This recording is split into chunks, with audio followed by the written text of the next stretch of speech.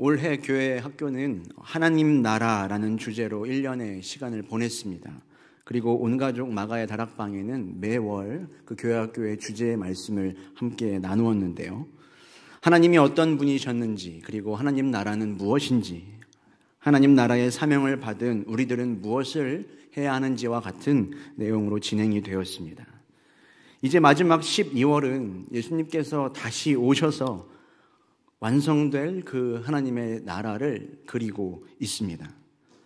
누가복음 1장 오늘 본문은 그 시작으로 예수님의 탄생이 어머니 마리아에게 예고되는 내용을 그리고 있습니다. 26절부터 28절까지 말씀인데요. 제가 읽어드릴 테니까 눈으로 한번 같이 따라오시면 좋을 것 같습니다. 6째 달에 천사 가브리엘이 하나님의 보내심을 받아 갈릴리 나사렛이란 동네에 가서 다윗의 자손 요셉이라 하는 사람과 약혼한 처녀에게 이르니 그 처녀의 이름은 마리아라. 그에게 들어가 이르되 은혜를 받은 자여 평안할지어다. 주께서 너와 함께 하시도다 하니. 여기서 나타나고 있는 가브리엘은 하나님의 좋은 소식을 전하는 천사입니다. 천사 가브리엘은 하나님의 보내심을 받아 갈릴리 나사렛이라고 하는 동네에 이르게 됩니다. 그리고 가브리엘 천사는 다윗의 자손 요셉과 약혼한 처녀 마리아를 찾아가 27절에서 이렇게 이야기를 합니다. 은혜를 받은 자여 평안할지어다. 현대인의 성경을 보면 이렇게 적고 있습니다. 은혜를 받은 처녀여 기뻐하여라. 어떤 약속도 지금 예고도 없이 어느 날 천사가 마리아를 찾아와서 하는 이야기입니다. 우리가 지금 글로 보기 때문에 너무나 편안하게 읽고 있지만, 그리고 가브리엘의 입장에서야 모든 것들이 당연하게 여겨지겠지만 마리아의 입장에서는 굉장히 당황스러운 순간입니다. 무슨 일로 천사가 나를 찾아왔을까? 그리고 내가 은혜를 받았다고? 내가 어떤 은혜를 받았지? 하는 어리둥절함이 이 마리아에게 분명히 있었을 것입니다. 그것이 이어지는 29절에 이렇게 나오고 있습니다. 우리 29절을 한번 같이 읽어보겠습니다. 처녀가 그 말을 듣고 놀라 이런 인사가 어찌함인가 생각하매.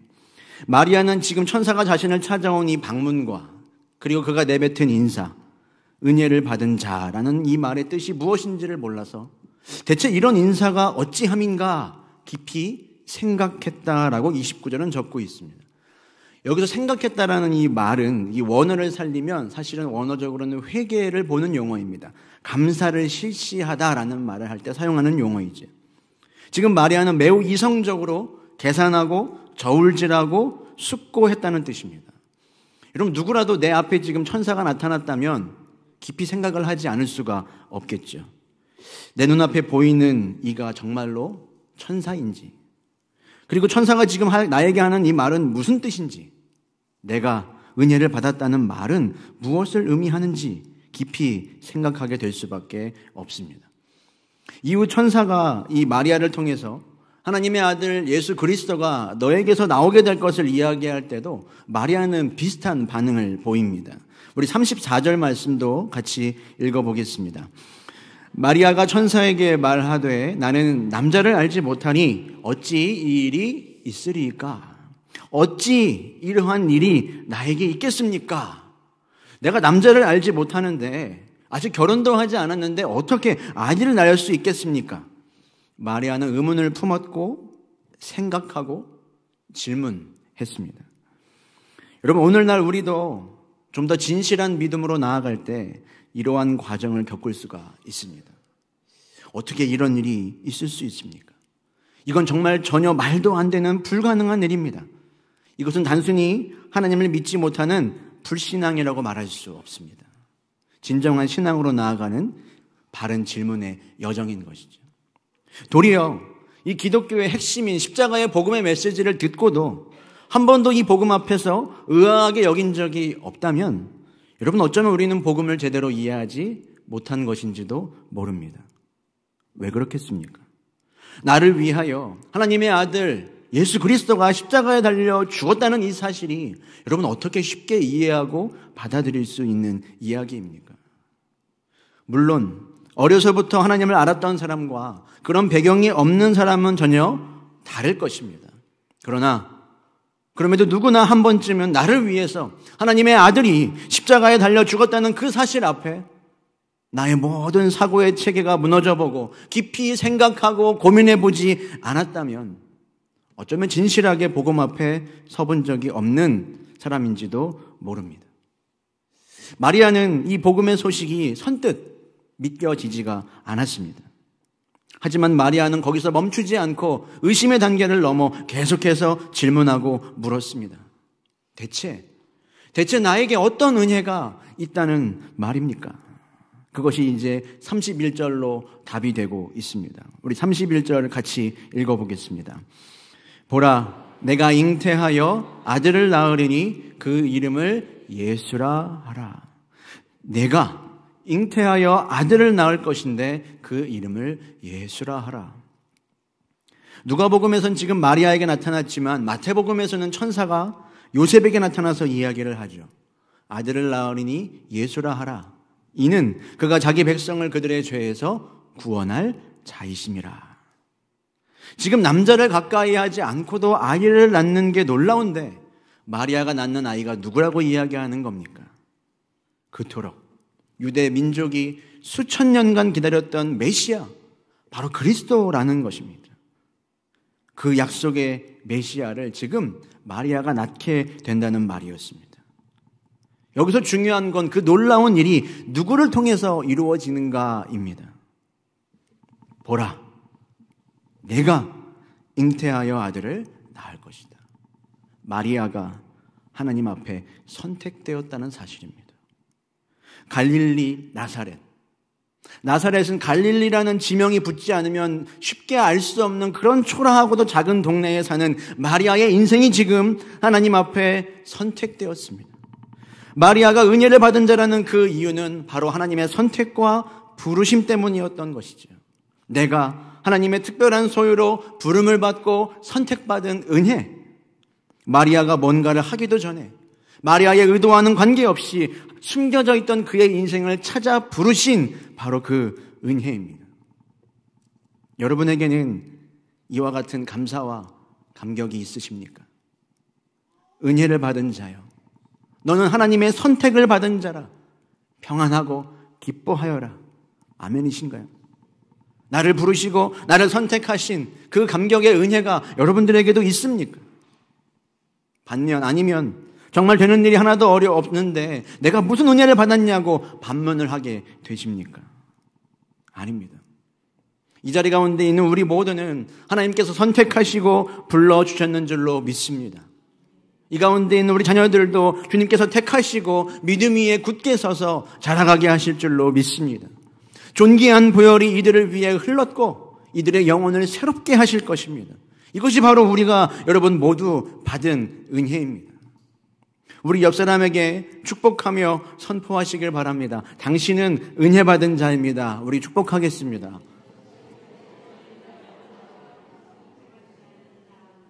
여러분은 하나님이 선택하신 그 은혜를 받은 자입니다. 자, 그런데 하나님께서 은혜로 나를 선택하셨다는 사실을 알았으나 마리아에게는 여전히 당혹스러움이 있었습니다. 사실 은혜라는 것 자체가 그렇죠. 은혜 안에 엄청난 감격과 황홀함도 있지만 동시에 당황과 혼란도 있습니다. 하나님의 크신 세계가 우리 안으로 들어올 때 나의 작은 세계들은 이제 깨져나가기 때문입니다. 가깝게는 지금 마리아가 살고 있던 그 시대의 모든 유대의 관습들이 뒤집혀야 했습니다. 요셉과 마리아가 약혼을 했지만 마리아는 처녀였습니다. 처녀가 결혼 전에 임신을 하면 돌에 맞아 죽는 때였습니다. 또한 요셉이 마리아를 아무리 사랑한다고 해도 마리아가 임신했다는 사실을 그가 어떻게 이해해 줄지는 결코 알 수가 없는 것이었죠. 은혜라는 이름으로 붙여졌지만 하나님의 말씀과 명령과 약속은 실상 마리아에게 너무나 큰 도전이었다는 말입니다. 나의 모든 일상이 무너지는 죽음과도 같았습니다. 그래서 마리아는 어떻게 나에게 이런 일이 있을 수 있습니까? 생각하고 고민했습니다. 그러나 아무것도 보이지 않아 두려웠지만 마리아의 마지막 고백은 바로 이것이었습니다. 38절의 말씀이죠. 같이 읽겠습니다. 마리아가 이르되 주의 여종이오니 말씀대로 내게 이루어지이다 하매 천사가 떠나 가니라. 하나님의 그 말씀대로 제게 이루어지기를 원합니다. 전적인 믿음의 순복의 태도를 마리아는 보입니다. 여러분, 태도가 우리의 인생을 어떻게 결정짓는지 우리는 정말 크게 깨달을 필요가 있습니다.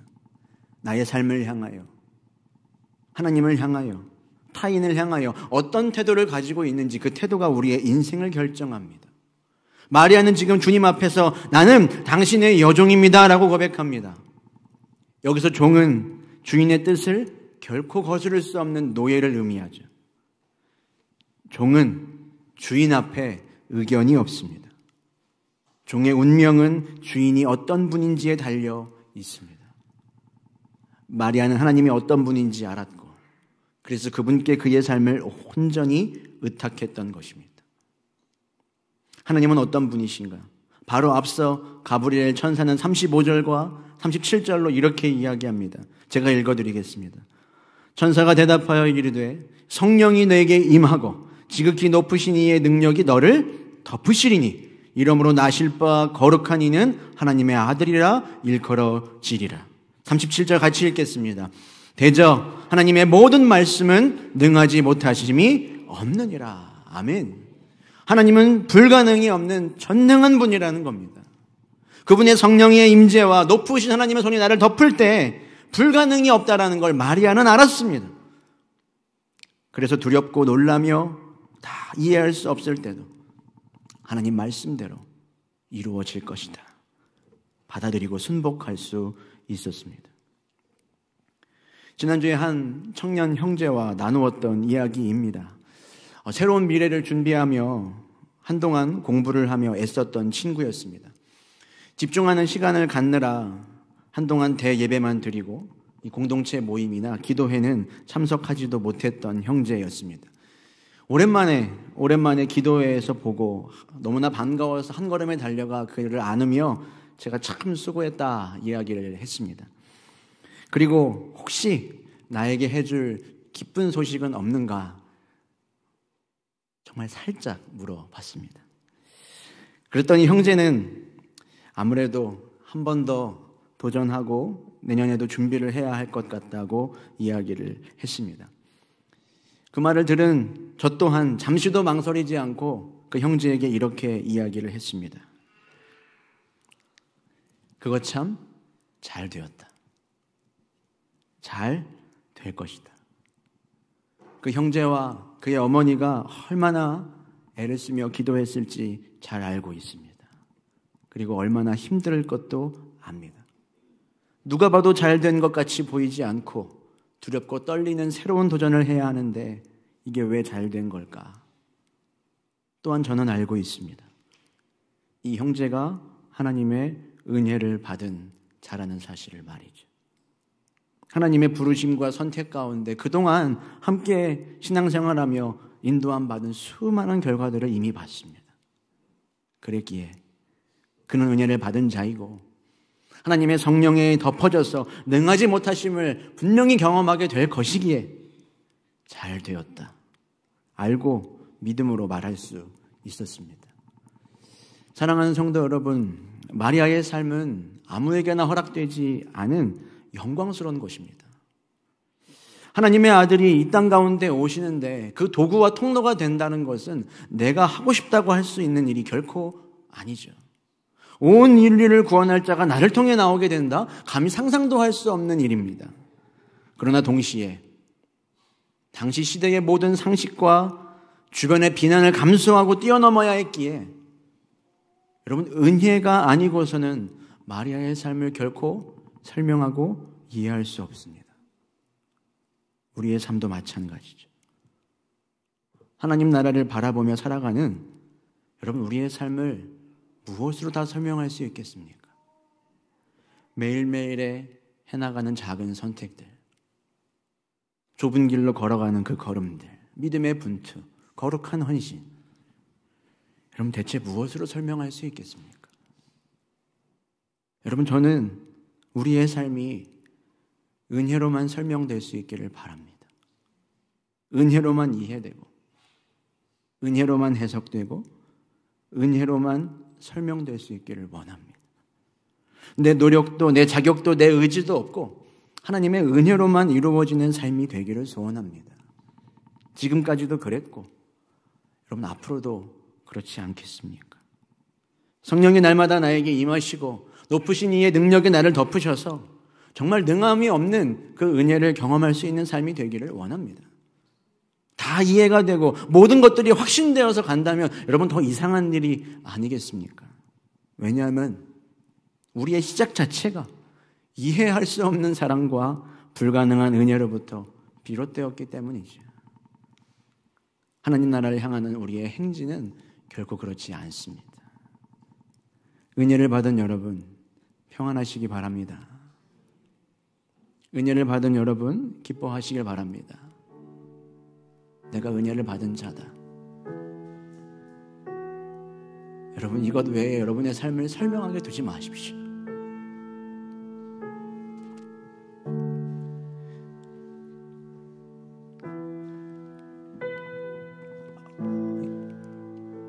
이것 외에 여러분의 삶을 설명하게 두지 마십시오.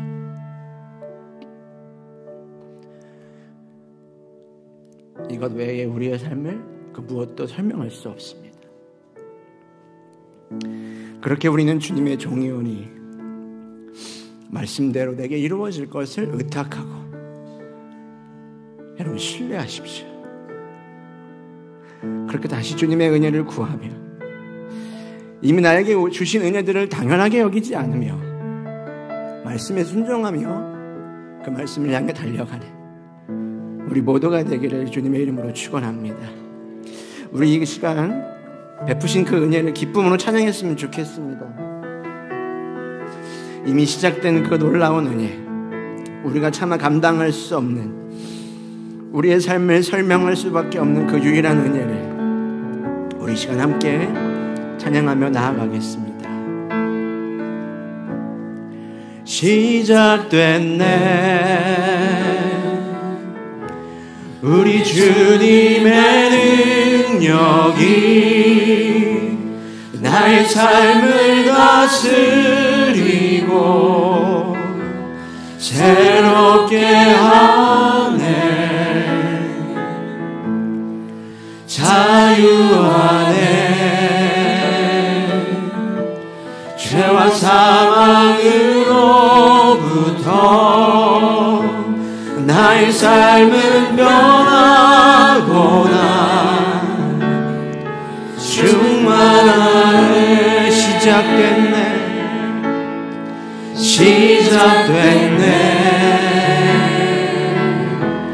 우리 주님의 능력이 나의 삶을 다스리고 새롭게 하네. 자유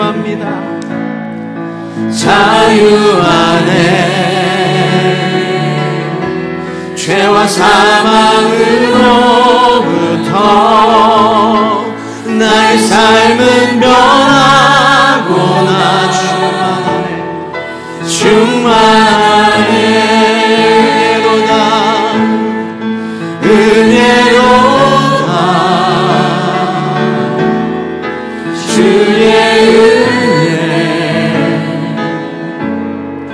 한량없는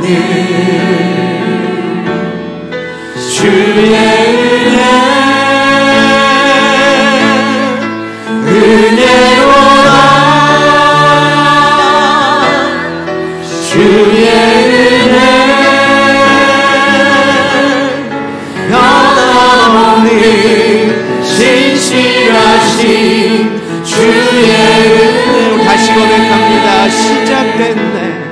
시작됐네, 우리 주님의 성령의 능력이, 우리 주님의 능력이 그 능력이 우리의 삶을 다스리십니다. 새롭게 하실 것입니다. 새롭게 하네. 그 능력 안에 우린 자유합니다. 자유하네. 모든 죄와 사망의 결박으로부터 죄와 사망으로 주님의 은혜로 우리는 변할 것입니다. 나의 삶은 변하네. 주님 우리를 충만하게 하옵소서. 충만한 은혜로다. 은혜로다.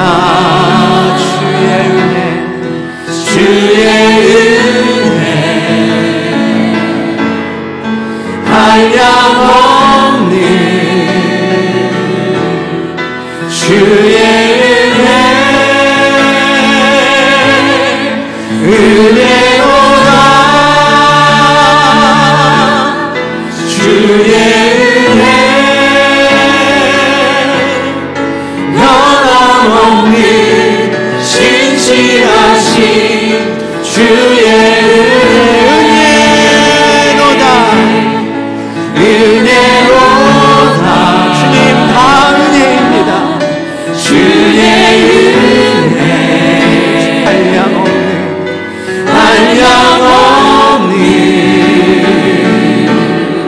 주의 은혜 은혜로다. 주의 은혜 변함없는 신실하신 우리 더 힘있게 고백하고 성공하는 나갑시다. 은혜로다. 주님 주의 은혜 은혜로만 설명되는 한량없는 주의 은혜 은혜로다. 주의 은혜 변함없는 신실하신 우리 마지막으로 고백합니다. 모든 것이 은혜입니다. 은혜로다. 주의 은혜 한량없는 지금도 우리 가운데 주의 은혜 은혜로다. 주의 은혜 변함없는 신실하신 주의 은혜 가물어 메마른 땅에 가물어 메마른 땅에 단비를 내리시는 성령의 단비를 부어 새 생명 주옵소서. 주여 주옵소서. 가물어 메마른 땅에 단비를 은혜로만 살 수 있사오니 성령의 단비를 부어 새 생명 주옵소서. 가물어 메마른 땅에 가물어 메마른 땅에 단비를 내리시는 성령의 단비 주여 우리를 충만하게 모으시옵소서. 가물어 메마른 땅에 단비를 내리시는 성령의 단비를 부어 새 생명 주옵소서. 가물어 메마른 땅에 단비를 내리시는 성령의 단비를 부어 새 생명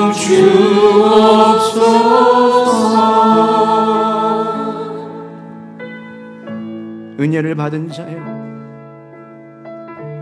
평안할지어다. 은혜를 받은 자여 기뻐할지어다. 하나님, 정말 다 이해할 수 없는 삶을 살아가고 있지만 하나님, 은혜로만 우리의 삶이 설명될 수 있기를 원합니다. 그 무엇으로도 우리의 삶을 설명할 수 없지만 은혜가 우리의 삶 가운데 들어오고 성령의 담비가 우리에게 부어질 때에 모든 것이 이해되며 모든 것이 믿어지고 모든 것이 용납되는 아름다운 하나님의 역사하심 가운데 살아가게 하여 주시옵소서. 주여, 우리의 삶을 은혜로만 설명하여 주옵소서. 우리 함께 말씀 생각하시며 기도하며 나아가겠습니다. 주여.